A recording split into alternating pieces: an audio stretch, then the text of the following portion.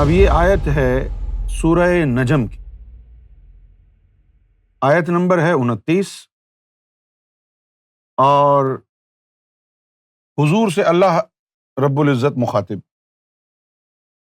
اور نبی کریم صلی اللہ علیہ وآلہ وسلم کو کہا جا رہا ہے، نصیحت کی جا رہی ہے۔ فَأَعْرِضْ عَمَّنْ تَوَلَّىٰ عَنْ ذِكْرِنَا، یا رسول اللہ صلی اللہ علیہ وسلم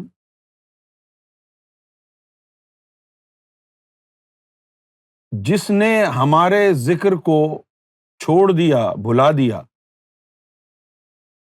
اس سے اپنا چہرہ مبارک پھیر لیں،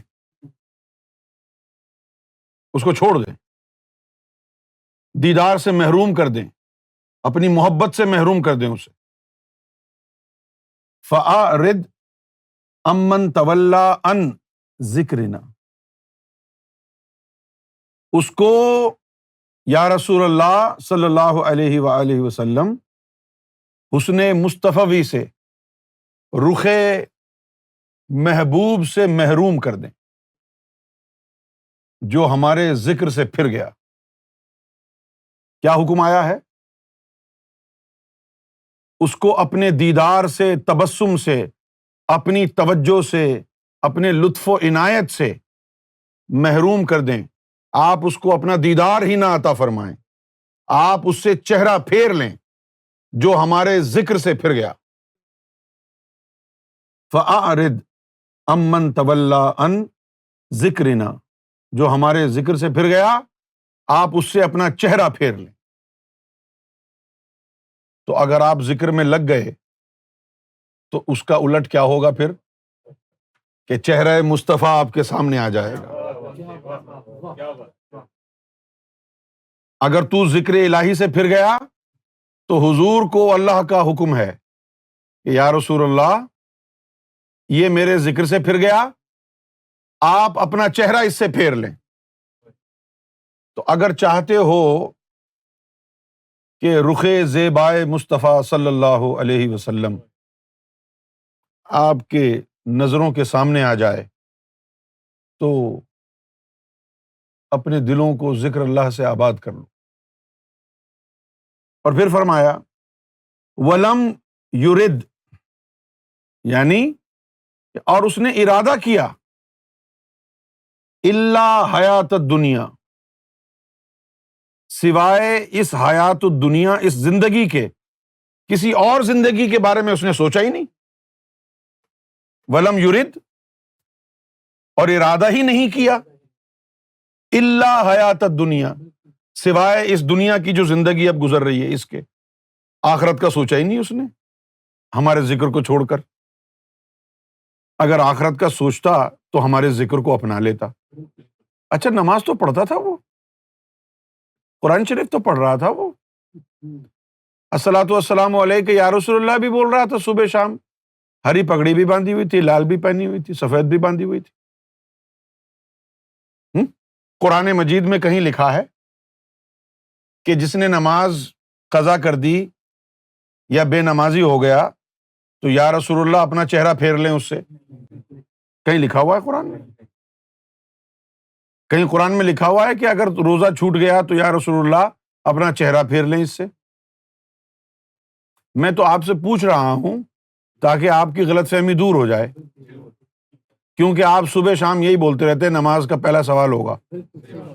میں تو ایسے ہی ایک طالب علم کے طور پر آپ کے گوشے گزار کر رہا ہوں کہ سوال تو پہلا نماز کا ہی ہوگا، لیکن یہ کیا لکھا ہوا ہے؟ اگر تم نے ذکر چھوڑ دیا تو چہرہ مصطفیٰ چھن گیا، اب تو نماز تو پڑھ رہے ہو تم، کیا فائدہ ہوا پھر ایسی نماز کا کہ نماز تو پڑھ رہے ہو لیکن چہرہ مصطفیٰ پھر گیا تم سے۔ روزہ تو رکھ رہے ہو، قرآن تو پڑھ رہے ہو، داڑھی تو رکھی ہے، امامہ تو باندھا ہے، سب کچھ کر لیا، حضور کا چہرہ تو پھر گیا، کہیں کہا گیا ہے؟ تو کتنی خاص چیز ہوگی یہ۔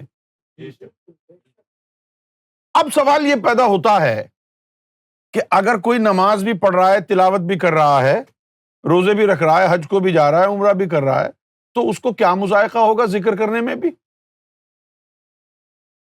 بھائی جب وہ ایسے سارے کام کر رہا ہے تو وہ ذکر بھی کر لے گا وہ.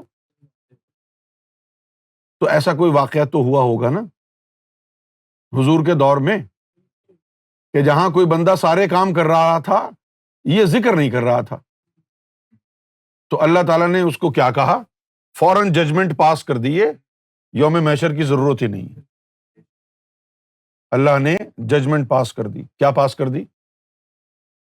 اب اگر اللہ یہ حکم دے اپنے حبیب کو کہ اس بندے نے میرا ذکر چھوڑ دیا ہے اور آپ اس سے اپنا چہرہ پھیر لیں، اگر حضور نے اپنا چہرہ پھیر لیا کسی سے تو کیا وہ شفاعت کی آرزو کر سکتا ہے؟ چہرہ ہی پھیر لیا، چہرہ پھیر لیا. اب تو کچھ بھی آپ آرزو نہیں کر سکتے کہ جی میں جا کے یوم محشر میں حضور کے پاؤں میں پڑ جاؤں گا، امام حسین کا واسطہ دوں گا، بی بی فاطمہ کا واسطہ دوں گا کہ بھائی مجھے بخشوا دو. چہرہ ہی نہیں کر رہے وہ تمہاری طرف. فَأَعْرِضْ عَمَّنْ تَوَلَّىٰ عَنْ ذِكْرِنَا، یا رسول اللہ صلی اللہ علیہ وآلہ وسلم اپنے دیدار سے، اپنے تبسم سے، اپنی نظر التفات سے، اپنی توجہ باطن سے ایسے شخص کو محروم کر دیجئے جس نے ہمارے ذکر کو چھوڑ دیا ہے. اگر یہ ظاہری ذکر ہوتا تو کیا اس بات کا امکان یا پاسبلٹی تھی کہ کوئی نماز بھی پڑھے، تلاوت بھی کرے، لیکن اس کو ذکر کرنے سے جو ہے وہ موت آتی ہو؟ تسبیح لے کے گھومتے ہیں بندے، کر تو رہے ہیں ذکر، لیکن یہ ایسا ذکر ہے جس کا تعلق اس زندگی سے نہیں ہے. تبھی تو اللہ نے کہا ہے کہ یا رسول اللہ اس نے میرا ذکر چھوڑ دیا ہے، تو اس نے جو ذکر چھوڑا ہے اس کا ججمنٹ میرے پاس یہ ہے کہ اس کو ایمان ہی نہیں اس کا کہ اس زندگی کے علاوہ کوئی اور بھی زندگی جینی ہے. اس کا ایمان ہی نہیں ہے، اس کو علم ہی نہیں ہے کہ یہاں کے علاوہ زندگی کی کوئی اور بھی شکل اور صورت ہوگی. ایمان ہی نہیں ہے اس کا، تو نمازیں پڑھتے رہو تم. ادھر اللہ تعالیٰ نے لکھا قرآن مجید میں ہے 3 چیزیں ضروری ہیں: یوم آخرت پر ایمان، اللہ کی ذات پر ایمان، اور عمل صالح. یہ 3 چیزیں ہیں نا. ہاں، تو اب تم نے ذکر جو چھوڑ دیا تو ان میں سے ایک چیز کو اللہ نے کراس کر دیا، یوم آخرت پر ایمان ہی نہیں ہے تمہارا. اس کا یہی مطلب نکلتا ہے نا بھائی. وَلَمْ يُرِدْ إِلَّا حَيَاةَ الدُّنْيَا، کہ اس نے تو صرف اس زندگی کے علاوہ کسی اور شے کو جانا ہی نہیں، ارادہ ہی نہیں کیا.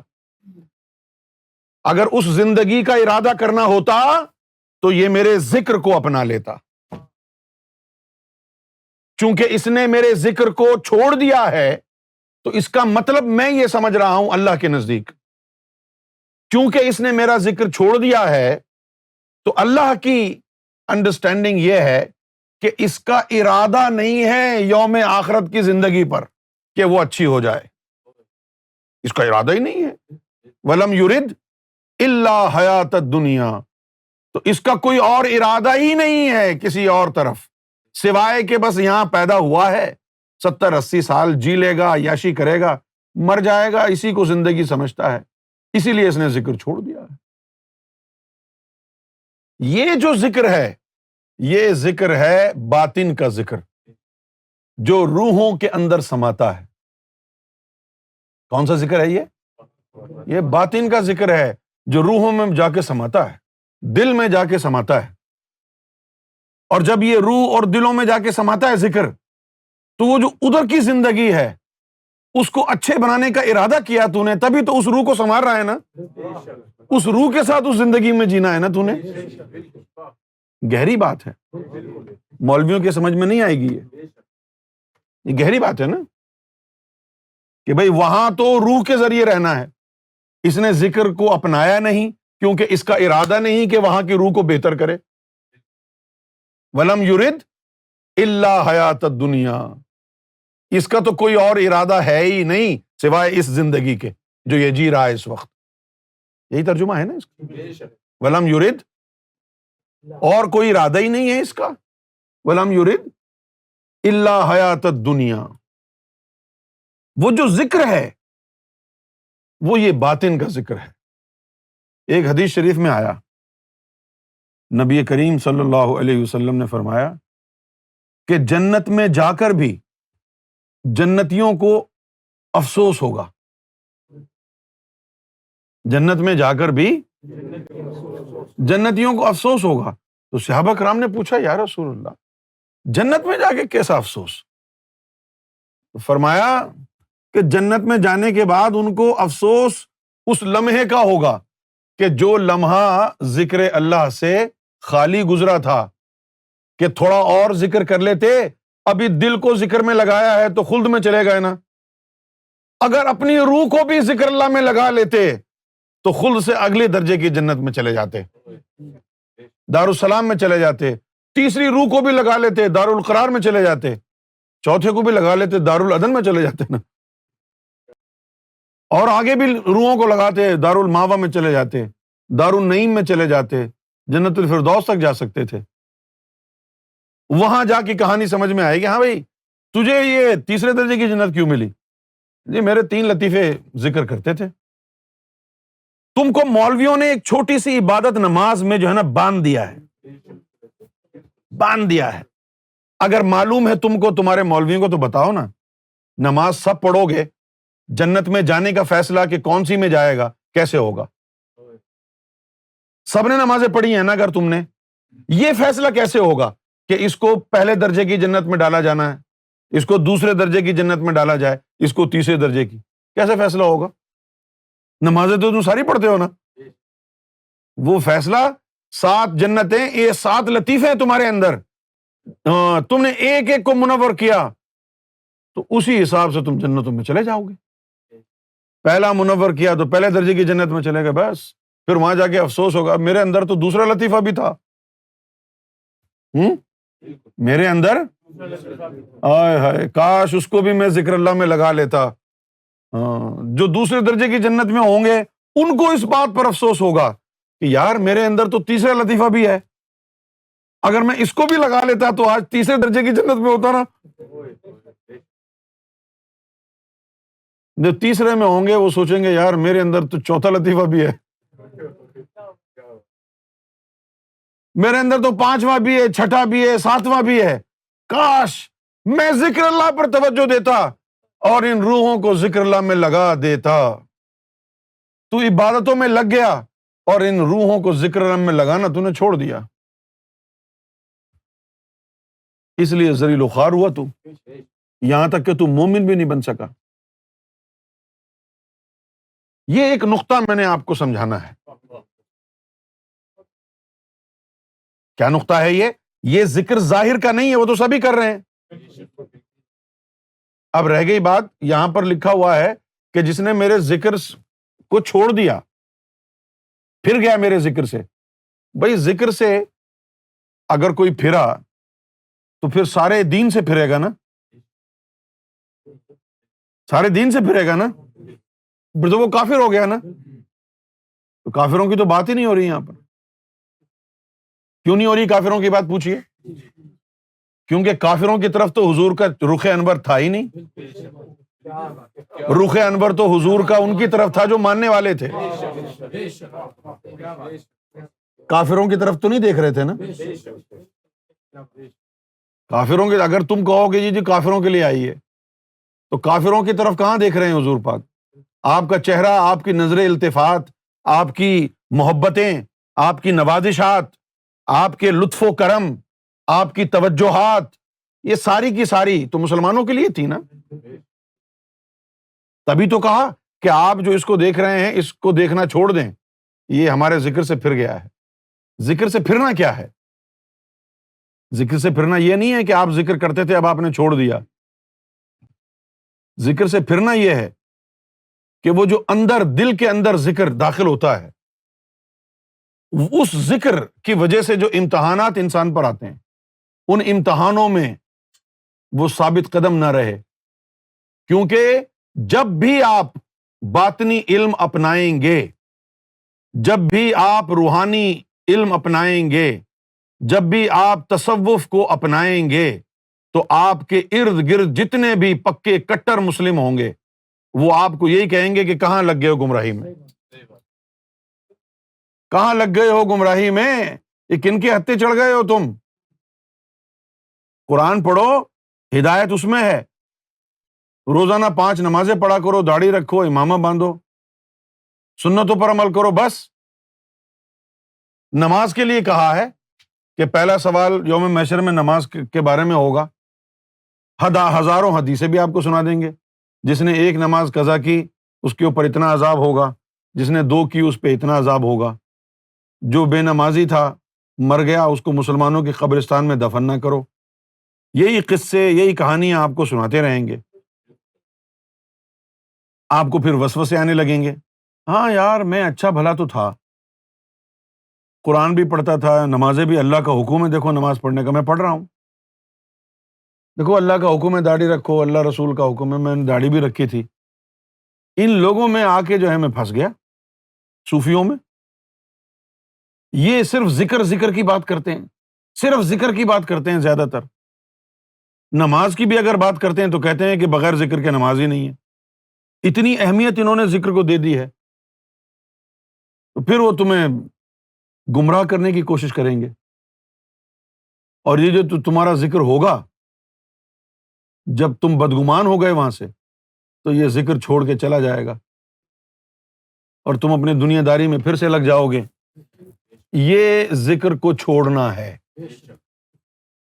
یہ جو ذکر قلب آپ کو حاصل ہو گیا، کسی کے بہکاوے میں آ کر اس روحانی راستے کو ترک کر دینا، ذکر کو چھوڑنا ہے۔ ورنہ جو نمازیں روزے رکھتا ہے وہ تسبیح کرنا کہاں چھوڑتا ہے؟ اب جیسے عمران خان ہے، ہاتھ میں تسبیح پکڑ کے گھوم رہا ہے اور کہتا ہے صوفیہ کی تعلیمات کا پرچار کرو، بابا فرید کے مزار پر بھی اپنی بیوی کے ساتھ جاتا ہے۔ تو عمران خان کو میں بولوں اگر کہ بابا فرید کی تعلیمات، ان کی حیات طیبہ پڑھی ہے آپ نے؟ کیا بابا فرید تسبیح گھماتے تھے؟ تمہاری بیگم جو ہے، جو پیرنی بنی ہوئی ہے، اگر اس کو تصوف معلوم ہے تو اس نے بتایا ہے تم کو کہ ایک تسبیح دل کے اندر بھی ہوتی ہے؟ سلطان باہو نے کہا ہے، تسبیح پھری پر دل نہ پھریا، کی لینا تسبیح ہتھ پھڑ کے ہو۔ تو ہاتھوں میں تسبیح لے کے تو سبھی گھوم رہے ہیں، ذکر تو نہیں چھوڑا انہوں نے۔ یہ وہ ذکر ہے کہ جس کے ذکر کرنے سے پوری دنیا تیری دشمن ہو جاتی ہے، سب دشمن ہو جائیں گے، مسلمان کا دشمن ہو جائے گا۔ اب ہم نے کسی کی یعنی زندگی میں کون سی ہم نے تباہی پھیلائی ہے یا کسی کو کون سا نقصان پہنچایا ہے جو اتنے لوگ اس محفل میں آ کے بھی گالیاں دیتے ہیں؟ کوئی کافر کہتا ہے، کوئی منافق کہتا ہے، کوئی پتہ نہیں کیا کہتا ہے، کوئی کیا کہتا ہے۔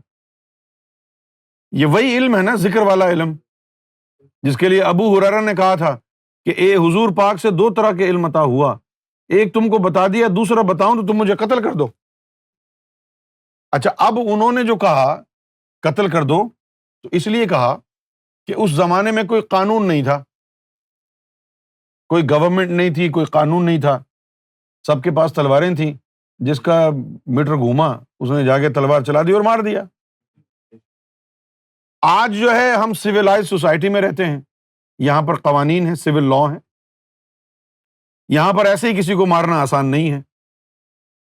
تو پھر اس کا متبادل کیا ہے؟ وہ انٹرنیٹ پر بیٹھے بیٹھے لوگ گالیاں دیتے ہیں اور کہتے ہیں کہ پاکستان آ تو پھر ہم دیکھیں گے تجھے۔ وہی بات ہو گئی نا، دوسرا علم تمہیں بتاؤں تو تم مجھے قتل کر دو، تو قتل تو یہ سب کرنا چاہتے ہیں مجھے، بس نہیں چلتا نا۔ تو یہ وہی علم ہے نا، کیوں قتل کرنا چاہ رہے ہیں؟ کیونکہ ان کے اندر شیطان بیٹھا ہوا ہے نا۔ جب بھی تو رحمان کے صحیح راستے پر لگے گا تو شیطان تیرے پاس ایسا لبادہ اڑ کے آئے گا کہ تجھے گمراہ کر کے چھوڑے۔ شیطان اگر شیطان بن کے آیا تو پہچان لے گا نا کہ یہ شیطان بہکا رہا ہے مجھے. وہ رحمان کی صورت میں آئے گا تیرے پاس، ایک دیندار عالم کی صورت میں، کبھی ماں کی صورت میں، کبھی باپ کی صورت میں، جس کی بھی تو سب سے زیادہ مانتا ہے بات، اسی کی صورت میں شیطان آ کے تجھے جو ہے گمراہ کرے گا. کوئی بھی ہو، اس راستے کو چھوڑنا. کون سا راستہ؟ کہ جس کے اندر تو ذکر کی سیڑھیاں چڑھتا ہے. آج تجھے ذکر قلب ملا، پھر جب یہ طاقتور ہو گیا آگے جا کے پھر تجھے ذکر روح میں بھی بسانا ہے، پھر روح میں بھی ذکر بسا دیا، پھر تجھے کہا گیا کہ ابھی تو لطیفہ سری بھی ہے، پھر تو اس کو بھی بسانے لگا، پھر پتہ چلا لطیفہ خفی بھی ہے، اخفا بھی ہے، انا بھی ہے، نفس بھی ہے. تو ساری زندگی تیری ذکر بسانے میں ہی گزر جائے گی نا. اس لیے یہ راستہ کہلاتا ہے، ذکر بسانے کا راستہ. پے در پے جب اب تو اپنی روحوں کو ذکر میں بساتا جائے گا، چہرہ مصطفیٰ تجھ سے قریب تر ہوتا جائے گا. جیسے جیسے تو ذکر میں مستغرق ہوگا، ویسے ویسے چہرہ مصطفیٰ تجھ پر سایہ افغن ہو جائے گا. یہ تو میں نہیں کہہ رہا، یہ تو قرآن کہہ رہا ہے. فَأَعْرِضْ عَمَّنْ تَوَلَّىٰ عَنْ ذِكْرِنَا. یا رسول اللہ اپنے دیدار سے محروم کر دیں اسے جس نے ہمارے ذکر سے منہ پھیر لیا، جس نے وَلَمْ يُرِدْ إِلَّا حَيَاةُ الدُّنْيَا، اور اس نے بس اسی ظاہری زندگی. اب یہ ظاہری زندگی میں سب کچھ آ جاتا ہے. کیا کیا آ جاتا ہے؟ یہ روزے رکھنا ظاہری زندگی میں ہے. یہ روزے رکھنا جب تیری روحیں عالم ارواح میں تھی تو روزے رکھتا تھا؟ تو یہ ظاہری زندگی میں ہی ہے نا. جنت میں جانے کے بعد تو نمازیں پڑھے گا لیکن ذکر تو کرے گا. کیوں کرے گا ذکر؟ وہ جو اللہ تعالیٰ نے جنت میں جو محلات بنائے ہیں، وہ محلات ان پتھروں سے بنائے ہیں جو پتھر اللہ کا ذکر کرتے. جو پتھر ہاں وہ اللہ کا ذکر کرتے ہیں نا. تو ادھر سے ادھر رہنے کے لیے گیا، وہ جو در و دیوار ہیں وہ ذکر اللہ کرتے ہیں اور تو ذکر اللہ نہیں کرتا، وہ تو در و دیوار تجھ سے افضل ہو جائیں گے نا. تجھے تو مار کے باہر نکال دیں گے. یہ کون منوس آ گیا جنت میں، نکالو اس کو باہر. وہ جو جنت میں اللہ نے تمہارے لیے گھر بنائے ہیں، ان میں جو پتھر لگے ہوئے ہیں نا، وہ چھوٹے چھوٹے پتھر ادھر آئے تمہارے پاس مثال کے لیے، تاکہ تمہارا ایمان قائم ہو کہ یہ پتھر بھی اللہ کا ذکر کرتے ہیں. جیسے یہ عقیق ہے، فیروزہ ہے، زمرد ہے، اس طرح کے جو پتھر ہیں، نیلم ہے، یاقوت ہے، یہ پتھر ہے نا. یہ پتھر اللہ نے کیوں بھیجے؟ وہ تو سارے پتھر ذکر کرتے ہیں نا، یہ خاص پتھر ہیں. یہ پتھر جنت سے لے کے آئے تھے آدم صفی اللہ. کیوں لے کے آئے تھے؟ تاکہ تم کو یہ پتہ ہو یہ جنت سے پتھر آیا ہے، یہ اللہ کا ذکر کرتا ہے. تو ہمارے جب وہاں پر گھر بنائے جائیں گے وہ انہی پتھروں سے بنائیں گے، وہ اللہ کا ذکر کرتے ہوں گے ہمارے گھر. اچھا، پھر قرآن مجید میں ایک اور بھی بات آ گئی. قرآن مجید نے کہا اور وہ گھر جن کو اللہ کا اذن حاصل ہے، اور وہ گھر جن کو اللہ کا اذن حاصل ہے. کس بات کا اذن؟ کہ ان گھروں میں ذکر اللہ بلند کیا جائے. ایسے گھر بھی اللہ نے بنائے کہ جن کے اندر اللہ کا اذن ان گھروں کو حاصل ہو گیا کہ یہاں اللہ کا ذکر بلند ہو. ایسے گھر بھی ہو گئے نا. تو وہ گھر کون سے ہیں؟ وہ گھر دو طرح کے ہیں. وہ گھر وہ دو طرح کیا ہیں؟ ایک تو وہ گھر جو تیری روحوں کا گھر، تیرا جسم ہے. ایک تو وہ گھر جو تیری روحوں کا گھر ہے، تیری روحیں اس جسم میں رہتی ہیں نا، تو یہ جسم تیرا اس کا گھر ہو گیا. تو ان کے بارے میں کہا کہ ان کی عظمت بڑھائی اللہ نے.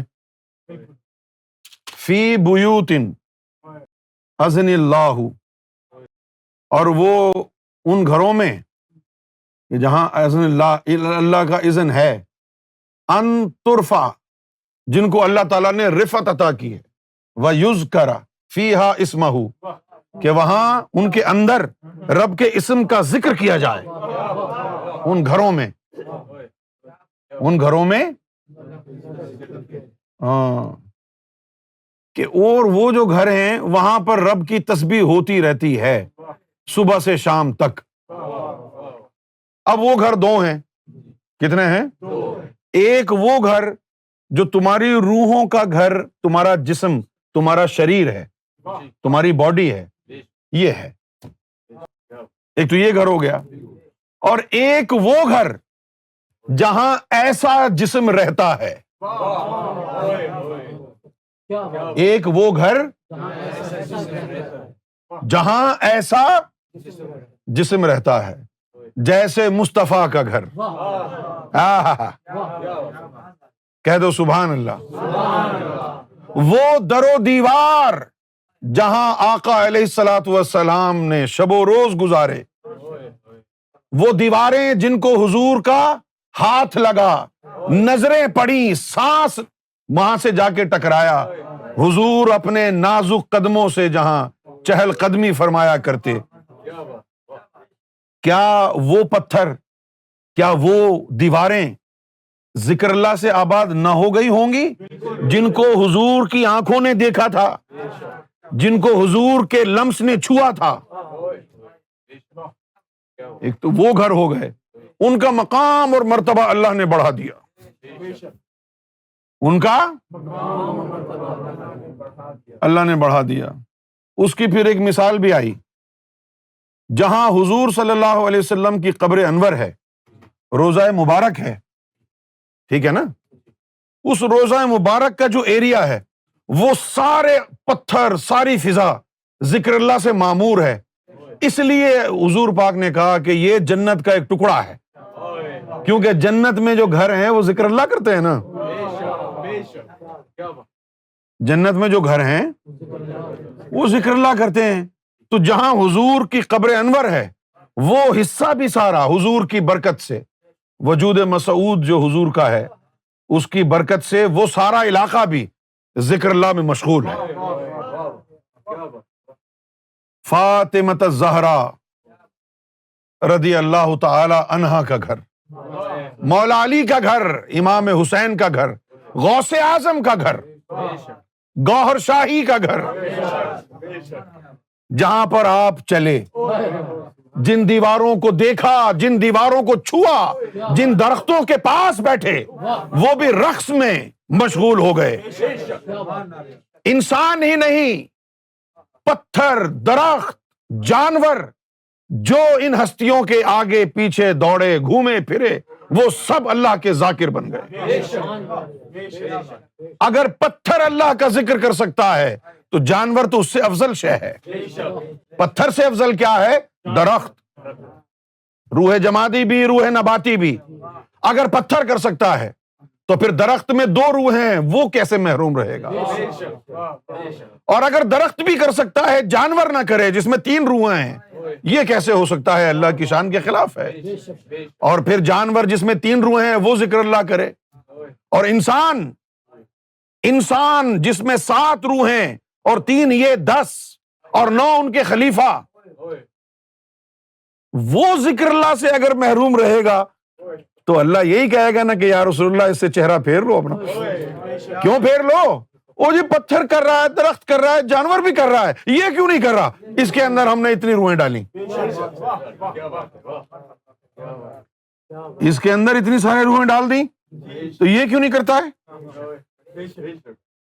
تو اسی دنیا میں مثال بھی دی اللہ نے آپ کو کہ اس دنیا میں بھی ایسے گھر ہیں کہ اللہ تعالیٰ نے ان گھروں کی عظمت کو بلند کر دیا ہے۔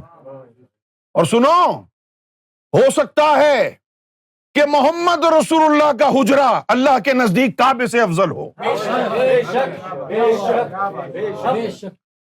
عین ممکن ہے کہ جہاں محمد رسول اللہ نے قدم رکھے وہ جگہ خانہ کعبہ سے بھی افضل ہو۔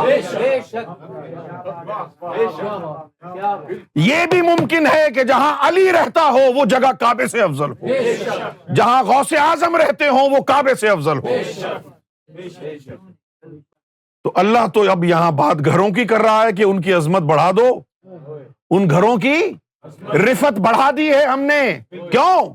کہ ان میں اسم ذات اللہ کا ذکر ہوتا ہے۔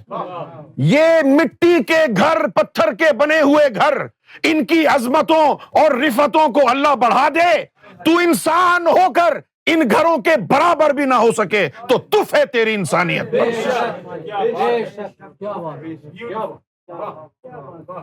اب جب اس دنیا میں اللہ نے تمہارے لیے ایسے گھر بنائے، ان جسموں کے لیے جن جسموں میں اسم ذات گھٹنوں پہ لکھا ہے، تلووں پہ لکھا ہے، تالو پہ لکھا ہے، ہاتھوں پہ لکھا ہے، جن جسموں پہ اللہ کا نام تیر رہا ہے، چیخ چیخ کر کے وہ جسم کہہ رہا ہے پہچانو کون ہوں میں، کیا ان گھروں کو اللہ، ان جسموں کو اللہ ایسے گھروں میں رکھے گا جو اللہ کے ذکر سے غافل ہوں پتھر؟ تو اس دنیا میں ہی ایسی ہستیوں کے لیے جو گھر ہیں، ان کے لیے کہا کہ ان کو ذکر اسم ذات عطا کر دیا گیا ہے، کیونکہ ان گھروں کی رفتوں کو بلند کیا ہے۔ جب وہ ہستیاں جنت میں جائیں گی تو پھر ان کے گھر کا کیا عالم ہوگا۔ جب دنیا کے گھر جو عارضی طور پر بنائے گئے ہیں، ان گھروں پتھروں کو بھی اللہ نے ان کی رفت بلند کرنے کے لیے ذکر اللہ سکھا دیا۔ ارے آج کا مسلمان اہل حدیث اور وہابی تو مصطفیٰ کے ذکر پر اعتراض کرتا ہے، اللہ نے تو گھروں کو رفت دے دی، ان کے ذکر کو رفت دے دی۔ اللہ نے تو مٹی اور گارے کے بنے ہوئے گھروں کو رفت دے دی کہ اس گھر میں میرا محبوب رہتا ہے، جس کے جسم کا رواں رواں اللہ کا ذکر کرتا ہے۔ اگر ایسے گھر میں اس کو میں نے رکھا کہ جس کی در و دیوار میں ذکر اللہ نہ گونجتا ہو، تو میرے محبوب کا جو وجود اس میں ذات سے مونس پکڑ گیا ہے، اس کی انسیت ختم ہو جائے گی۔ ایسے گھروں میں رکھا جائے، ایسے گھروں کو رفعت عطا کر دی، اس میں ذات کا ذکر ان میں گونجنے لگے، جن گھروں میں ایسے وجود مسعود رہتے ہیں۔ اور ہمارے تو مسلمان ذکر مصطفیٰ پر بھی اعتراض کرتے ہیں، حالانکہ قرآن مجید نے ذکر مصطفیٰ کے بارے میں کہا ہے وَرَفَعْنَا لَكَ ذِكْرَكَ، وَرَفَعْنَا، ہم نے یا رسول اللہ، ابھی باریک سا نقطہ ہے، اگر آپ اجازت دیں تو میں بیان کروں۔ کیا ترجمہ کرتے ہو تم اس کا؟ وَرَفَعْنَا لَكَ ذِكْرَكَ، کیا ترجمہ کرتے ہو تم اس کا؟ ہم نے تیرے ذکر کو رفعت دے دی۔ لا حول ولا قوت الا باللہ۔ کس پر پڑھ رہے ہو لا حول ولا قوت؟ اس ترجمے پر کہو یہ بات۔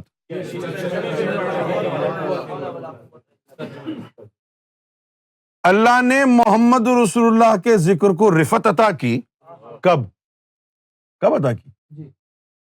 وہ تو یہاں آنے سے پہلے بھی نبی تھے، جب ان کو بنایا نہیں تھا، صرف نور تھا، اس وقت بھی ان کے صدقے آدم کو بخشا تھا، تو رفعت کب عطا ہوئی؟ بغیر رفعت کے اس میں مصطفیٰ تھا کب؟ بغیر اونچائی کے، بڑھائی کے، بغیر رفعت کے اس میں مصطفیٰ تھا کب؟ ذکر مصطفیٰ بغیر رفعت کے تھا ہی کب؟ ورفعنا، ہم رفعت دے دیں گے، لکا ذکرک، جو تیرا ذکر کرے گا اس کو، ورفعنا لکا ذکرک، ہم رفعت عطا کر دیں گے، لکا تیری خاطر، جو تیرا ذکر کرے گا،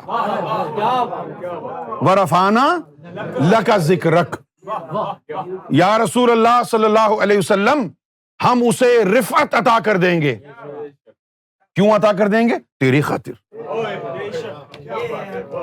تیری نسبت کی خاطر، کی محمد سے وفا تو نے تو ہم تیرے ہیں، کی محمد سے وفا تو نے تو ہم تیرے ہیں، یہ جہاں چیز ہے کیا لوح و قلم تیرے۔ ورفعنا لکا، ہم رفت دے دیں گے یا رسول اللہ تیری خاطر، ذکرک جو بھی تیرا ذکر کرے گا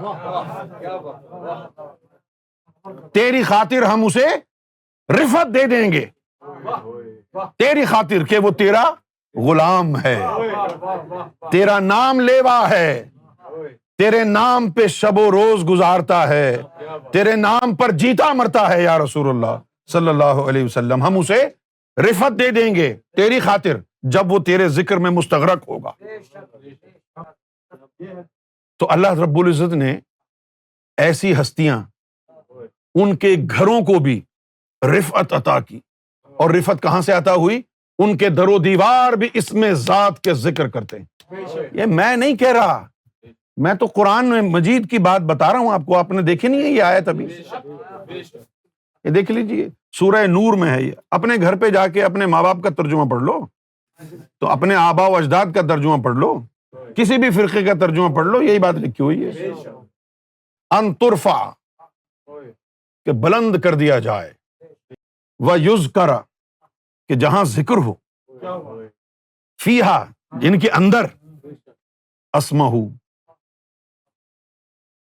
تو پھر جنت میں جو محلات تمہارے ہوں گے وہ تو ذکر کریں گے نا بھائی، ذاکروں کو اس دنیا کے اندر جو گھر دیے ان گھروں کو بھی ذکر اللہ میں لگایا۔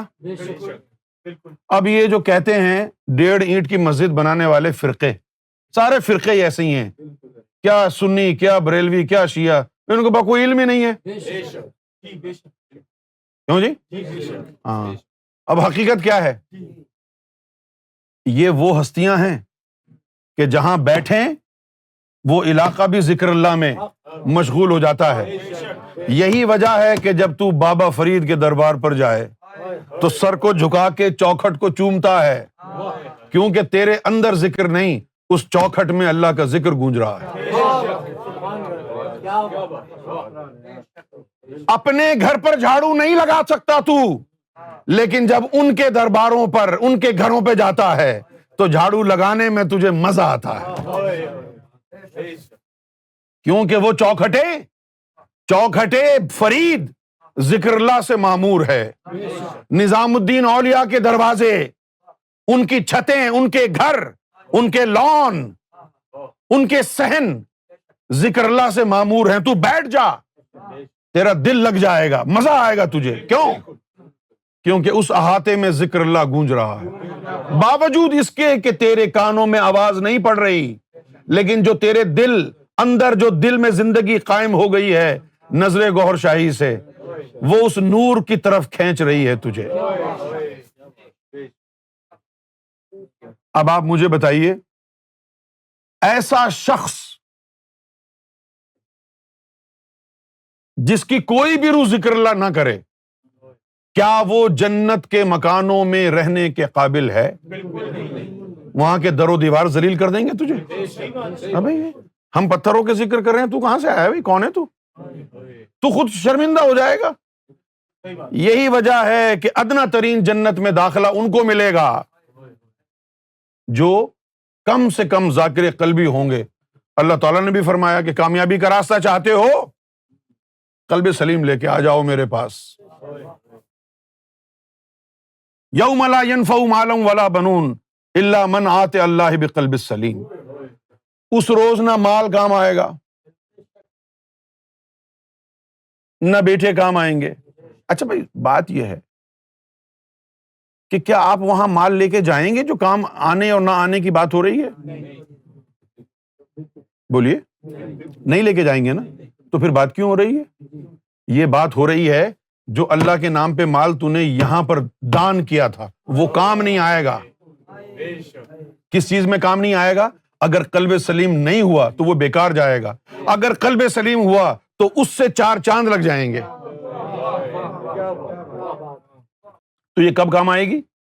اگر تو مومن ہوا، ذکر قلب تیرا جاری ہوا، تو پھر زکوٰۃ خیرات کام آئے گی، ورنہ لو یوم لا ينفع مال ولا بنون، تو وہاں کہنا جی میں نے تو رو رو کے دربے بہا دیے، میں نے تو اتنا دان کیا، میں نے تو اتنے صدقے دیے، اتنے خیرات کی، اتنے غریبوں کی مدد کی، ہمیں تو نہیں۔ ٹھیک ہے نا؟ آپ جیسے ٹکٹ بک کرا لیں کسی ملک کا، اور آپ کو ویزا نہ ملے وہاں جانے کا. ٹکٹ تو ہے آپ کے پاس جانے کا لیکن ویزا نہیں ہے, تو وہ ٹکٹ بیکار ہو گیا. وہ ٹکٹ کم کام آئے گا جب ویزا ہوگا تیرے پاس. اسی طرح یہ نمازیں, یہ روزے, یہ حج زکوٰۃ تب کام آئے گا نا کہ جب جنت میں داخلے کے لیے ویزا ہوگا تیرے پاس. پھر وہ چار چاند لگا دیں گی نا چیزیں. پھر یہ جو تیرے دیگر اعمال ہیں, پھر داڑیاں بھی تھوڑا اور نور بڑھا دیں گی, امامہ شریف تھوڑا اور تیرا درجہ بڑھا دے گا, زکوٰۃ خیرات اور بڑھا دے گا تیرا درجہ. لیکن اگر قلب سلیم ہی نہیں ہوا تو ہٹاؤ اس کو, یہ ٹکٹ بیکار گئی اس کی, ویزا تو ہے ہی نہیں اس کے پاس جانے کا. یہ طریقہ ہے ذکر کو اختیار کرنے کا, یہ راستہ ہے, راہ سلوک. راہ سلوک تصوف کا راستہ جس میں تو ذکر کو آغوش میں لیتا ہے, اور جب ذکر کو آغوش میں لیتا ہے تو ذکر تجھے اپنی آغوش میں لے لیتا ہے. پہلے تو اپنی ایک روح کو ذکر میں لگا, پھر دوسری کو لگا, پھر تیسری کو لگا, پھر سب کو ذکر میں لگا دے, سب کو ذکر میں لگا دے. کیوں جی؟ اب ہم کو کیسے پتا چلا ہڈیوں کے ذکر کا راز؟ اب جب اندر سارا منور ہو گیا, سرکار نے فرمایا کہ بس تیار ہو گئی یہ کھیتی ہے, اب تیار ہے. ایک دن عرض کیا سرکار کی بارگاہ میں کہ میرا دل نہیں لگتا, اندر سے جی چاہتا ہے کہ یہاں سے بھاگ جاؤں, اس جسم سے بھاگ جاؤں, مر جاؤں, موت آ جائے تاکہ میں اپنی منزل پر پہنچ سکوں اس جسم میں. تو سرکار نے فرمایا بیٹھ جاؤ. سرکار نے فرمایا کہ ایسی جو فیلنگ اور احساس ہے وہ تمہیں اس لیے ہو رہا ہے کہ تمہاری روحیں تو ذکر میں تیری لگ گئی ہیں, لیکن روحوں کا جو جسم ہے تیرا, وہ روحیں اب اس سے مانوس نہیں ہیں. تو اب جو ہے تو عرضی ارواح کو بھی ذکر میں لگا. پھر جب عرضی ارواح بھی اللہ اللہ میں لگ جائیں گی تو روحوں کی, سماوی روحوں کی اور عرضی روحوں میں بیچ میں جو ہے انسیت پیدا ہو جائے گی, پھر تیرا دل لگنے لگے گا. کیوں جی؟ اس کے لیے جو ہے پھر ہڈیوں کو بھی ذکر میں لگایا, ہڈیوں کو ذکر میں لگایا, پورا جو ڈھانچہ ہے اس کو بھی ذکر میں لگایا, پورے ڈھانچے کو. وہ اس کو کیسے ذکر میں لگایا؟ فرمایا کہ آنکھیں بند کرو. آنکھیں بند کی تو اندر جو ہے وہ نظر ڈالی, اندر نظر ڈالی تو بس جیسے نظر ڈالی نا تو وہ ایک آگ سی ہڈیوں میں گھس گئی. ایسا لگا جیسے ہڈیوں میں کسی نے بھٹی میں رکھ دیا ہو, اتنی آگ, اتنی آگ ہو گئی. وہ کیا ہوا پھر؟ وہ جتنا بھی فاسفورس ہوتا ہے اس نور نے پہلے اس فاسفورس وغیرہ کو ہڈیوں سے نکالا تاکہ اب کوئی جن اندر آ نہ سکے. اس فاسفورس کی جگہ پھر نور بھرا. پھر جب نور بھرا نا تو پھر ہڈیوں سے یا رحمان یا رحمان یا رحمان یا رحمان یا رحمان کی آوازیں نہ شروع ہو گئی. پھر نباتی روح کو بھی لگایا, نباتی روح کو بھی لگایا, حیوانی روح کو بھی لگایا, تینوں کو لگا دیا. جب تینوں کو لگا دیا تو پھر کیا ہوا؟ اب وہ جو تینوں ہیں وہ ایک دوسرے سے سبقت لے جانے کی کوشش کرتی ہیں. وہ کیسے؟ کبھی روح جمادی بہت زیادہ ذکر کرتی ہے تو میرا پورا جسم پتھر کی طرح سخت ہو جاتا ہے. لوگ کہتے ہیں کہ دیکھو کتنا ہارڈ ہے, یہ مسل میں درد ہونا شروع ہو جاتا ہے کہ وہ روح جمادی مستی میں ہے نا, سارے مسل اکڑ گئے. وہ روح جمادی لگی ہوئی ہے ذکر میں. پھر روح نباتی آئی, روح نباتی جب آئی تو وہ مسل سارے پھر کھل گئے, روح نباتی آ گئی. جب روح نباتی آئی تو بڑا اچھلنے کودنے کو جی چاہا, ادھر اچھل ادھر اچھل ادھر اچھل. پھر روح حیوانی آئی. روح حیوانی جب طاقتور ہوئی, آئی نہیں, جب روح حیوانی میں زیادہ ذکر ہوا تو پھر قد بڑا ہو گیا, کبھی قد چھوٹا ہو گیا. جب روح حیوانی ذکر میں ہوگی تو وہ قد بڑا ہو جائے گا. تم کو لگ رہا ہوگا میں کہانی بتا رہا ہوں. جب روح حیوانی ذکر میں لگے گی نا, نہیں لگے گی نہیں, جب روح حیوانی میں ذکر کی مستی آئے گی ان دو کے مقابلے میں زیادہ، تو پھر تیرا قد بڑھ جائے گا، تیری انگلیاں بڑھ جائیں گی، تیرے پاؤں بڑھ جائیں گے، ہاں تیرا چہرہ بھی بڑھ جائے گا، روبدار لگے گا۔ اس کے بعد جب روح حیوانی نے کہا جی چلو اب تیری باری، روح نباتی کو ہیں، تو پھر قد یوں ہو جائے گا، تو جسم میں تبدیلیاں آنا شروع ہو جائیں گی، کبھی موٹا، کبھی چھوٹا، کبھی لمبا، کبھی کیسا، کبھی رنگ بھی تبدیل ہو جائے گا، کبھی لگے گا کہ بہت سانولا رنگ ہے، ہاں کبھی لگے گا یہ بہت سانولا رنگ ہے۔ سانولا رنگ کیوں ہو گیا ہے؟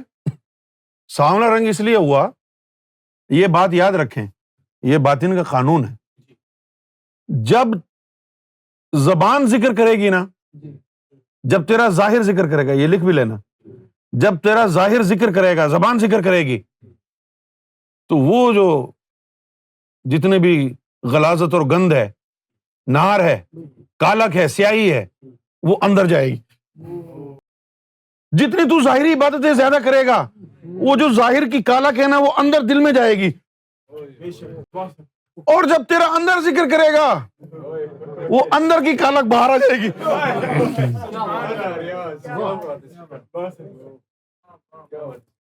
کیوں جی؟ بھائی یہ جو صوفیوں کا کیا ہوا، انہوں نے سارا، مجذوبوں نے سارا باطن کے ذکر پہ زور دیا، اندر کی کالک ساری باہر آ گئی، وہ دیکھے ان کے کالے کالے چہرے ہو گئے ہیں، کالے کالے چہرے ہو گئے ان کو گوھر شاہی نہیں ملا، ورنہ پھر پتہ چلتا کہ اب یہ کالک اندر کی باہر آ گئی ہے نا، اب اس باہر کی کالک کو وہ ظاہری ذکر فکر سے دور کرنا پڑے گا، اس کے لیے پھر نمازیں پڑھنی پڑیں گی نا، اس کے لیے پھر روزے رکھنے پڑیں گے، اس کے لیے تلاوت کرنی پڑے گی، اس کے لیے درود شریف پڑھنی پڑے گی۔ یہ جو ہے مولویوں کو دیکھ لو تم، جو دن رات یہ امام بارگاہوں میں جو ذاکر ہوتے ہیں، شیعوں کے جو ذاکر ہوتے ہیں، کتنی حمد و ثنا بیان کرتے ہیں نا، تو ان کے چہرے کے اوپر نور آ جاتا ہے، ان کی زبان میں مٹھاس آ جاتی ہے، آپ ان کی تقریریں سنیں تو اشش کر اٹھتے ہیں، کیوں؟ وہ ظاہری زبان سے ان کا ذکر کیا، مولا علی کا نام لیا، بی بی فاطمہ کا نام لیا، حسن حسین کا نام لیا، اللہ کا، رسول اللہ کا نام لیا، تو زبان میں مٹھاس پیدا ہو گئی نا، اور جب دل اللہ اللہ کرے گا تو دل کے اندر مٹھاس پیدا ہو جائے گی نا، جب دل میں اللہ اللہ میں لگے گا، دل میں مٹھاس پیدا ہو جائے گی، تو عرش والے اشش کر اٹھیں گے کہ کتنی میٹھی آواز ہے۔ ابھی دیکھو ندیم پڑھتا ہے نا بیٹھ کے، تو لوگ اشش کر اٹھتے ہیں کہ دیکھو کتنی خوبصورت آواز ہے۔ اسی طرح اس کے دل کی بھی آواز ہوگی نا، تم نے ظاہری سنی ہے، تم اشش کر رہے ہو، اور جو اس کے دل کی نعت پڑھتا سنتا ہوگا تو وہ عرش پہ بیٹھ کے بھی اشش کرتا ہوگا نا۔ تو امام مہدی والے ایسے ہوتے ہیں نا، جن سے ظاہر والے بھی خوش، آسمان والے بھی خوش، زمین والے بھی خوش اور آسمان والے بھی خوش ہو گئے۔ ظاہری ذکر کرنے سے ظاہر کی کالک اندر جاتی ہے، اور باطنی ذکر کرنے سے باطن کی کالک باہر آتی ہے نا۔ جو صرف ظاہری ذکر کرتے ہیں، ان کے چہرے کی کالک ان کے دل میں چلی جاتی ہے، لوگ کہتے ہیں کتنا پر نور چہرہ ہو گیا، اور جو ذکر قلبی کرنا شروع ہوتے ہیں ان کا رنگ جو ہے وہ کالا ہونا شروع ہو جاتا ہے، لوگ کہتے ہیں کہ پھٹکار برس رہی ہے، اس کو یہ پتہ ہی نہیں ہے کہ اس کا چہرہ سفید ہے، اس کا دل سفید ہے۔ اگر تو چاہتا ہے کہ تیرا دل بھی سفید ہو، چہرہ بھی سفید ہو، تو پھر تو اپنی عرضی ارواح کو بھی ذکر میں لگا اور اپنی سماوی ارواح کو بھی ذکر میں لگا۔ جب عرضی ارواح بھی ذکر فکر میں لگ جائیں گی، سماوی ارواح بھی لگ جائیں گی، دونوں کا بانڈ مل جائے گا، اس کے بعد پھر جو ہے تیری عرضی ارواح کے اوپر پابندی ہو گئی۔ کیا پابندی ہوگی؟ کہ اب اس بندے کے مرنے کے بعد اس کی عرضی ارواح کو سنبھال کے رکھو، کسی ایسے بندے کے جسم میں ڈالنا جس کی تقدیر پہلے پڑھ لو کہ وہ اس مقام تک پہنچے گا یا نہیں، جس کے روح کا اتنا ذکر ہوگا یا نہیں، اسی کے اندر اس کی عرضی ارواح ڈالنا، اسی کے اندر اس کی عرضی ارواح ڈالنا۔ اب امام مہدی کے جو بندے ہیں، امام مہدی کے بھی بندے ہیں، امام مہدی کے بندے کو جب نیچے، امام مہدی کے بندے جب نیچے بھیجے گئے، جب ان کی روح نے آنا تو ان کے لیے بڑی مشکل ہوئی، فرشتوں کے لیے بڑی مشکل ہوئی. ہاں جی، اس کے اندر کس کی عرضی ارواح ڈالیں؟ اس کے اندر کس کی عرضی ارواح ڈالیں؟ تو بڑی بڑی ہستیاں ہیں، ادھر سے ادھر تک، نبیوں کے گھرانے کی، ادھر کی ادھر کی، کتنی بڑی بڑی ہستیاں ہیں. قاضی ان کی ڈال دیتے ہیں، یہ سب سے بڑے امام تھے، ان کی ڈال دیتے ہیں. اچھا، لیکن اگر جب اس کی روح نے جلوہ کیا اور غیبی جلوہ آیا تو پھر اس کا کیا ہوگا؟ نہیں، ان کو تو اللہ کا دیدار ہو چکا ہے. نہیں، اللہ کا دیدار ہو گیا، لیکن اگر غیبی جلوہ اس کے اندر سمائے گا جب، تو پھر اس وقت اس کے عرضی ارواح کا کیا عالم ہوگا؟ اس کے ساتھ میچ کر لیں گے یہ. تو پھر یہ ہوا کہ نہیں، کوئی اور عرضی ارواح اس میں ڈالیں، کوئی اور عرضی ارواح اس میں ڈالیں، اور پھر ان عرضی ارواح کو امام مہدی نے اپنے حساب سے مختلف ازگار میں ان بندوں کے پیدا ہونے سے پہلے لگایا کہ تم ان روحوں کو ذکر دیا، جمادی روح، نباتی کو، اس کو کہ یہ تم کرو تاکہ مستقبل کی تیاری ہو سکے. کیوں جی؟ تو پھر اگر اس کی عرضی ارواح میں اگر اس کے اندر کوئی خاص چیز آنی ہے تو اس کی پیدائش سے پہلے اس کی عرضی ارواح میں خاص ہی نام آیا ہوگا نا. عرضی ارواح میں خاص ہی نام آیا ہوگا نا. پھر جب خاص نام عادت خاص نام، ہاں، جب خاص نام آ جائے نا تو پھر جو بھی نام آتا ہے تو وہ پھر تمہارے ہاتھ کی ایک انگلی جو ہے وہ نام جو ہے اس کے اوپر ثبت ہو جاتا ہے. اگر تمہاری انگلی میں جیسے الف ہے، تو الف اگر آ گیا روح میں نہیں، نہ دل میں، نہ انا میں، یہ تو بڑی عام سی بات ہے نا. اگر وہ الف روح جمادی میں آ گیا، روح نباتی میں بھی آ گیا، روح حیوانی میں بھی آ گیا، تو پھر ایک انگلی ایسی ہوگی جو بالکل الف کی طرح سیدھی رہے گی، اس کو ٹیڑھا نہیں کر سکتے. جی، اگر میم آ گیا خود بخود مڑی رہے گی. اسی طرح جب الف لام میم ہے، اسی طرح الف لام را بھی ہے. اگر اس میں الف لام کا را آ گیا تو ایک انگلی ایسی ہوگی جو بالکل را کی صورت پر ہوگی. ایک انگلی ایسی ہوگی جو را کی، اور جو ہوگی تو وہ یوں ہوگی. اگر تو چاہے کہ اس کو سیدھا کر دے تو تو یوں سیدھا کرے گا، پھر ویسے ہی ہو جائے گی. وہ پھر ویسی ہو جائے گی. ہاں، یہ اس کا مطلب ہو گیا کہ یہ جو ہے عرضی ارواح کے اندر یہ چیز پہنچ گئی ہے. اس لیے ان گھروں کو عظمت کا حکم، رفعت کا حکم دے دیا.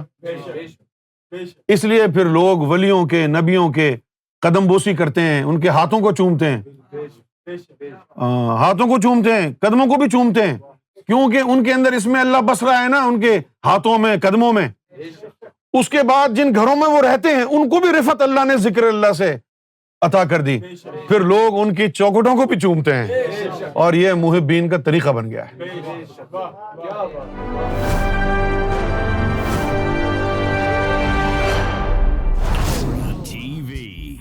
Bringing light, love, and peace in your life.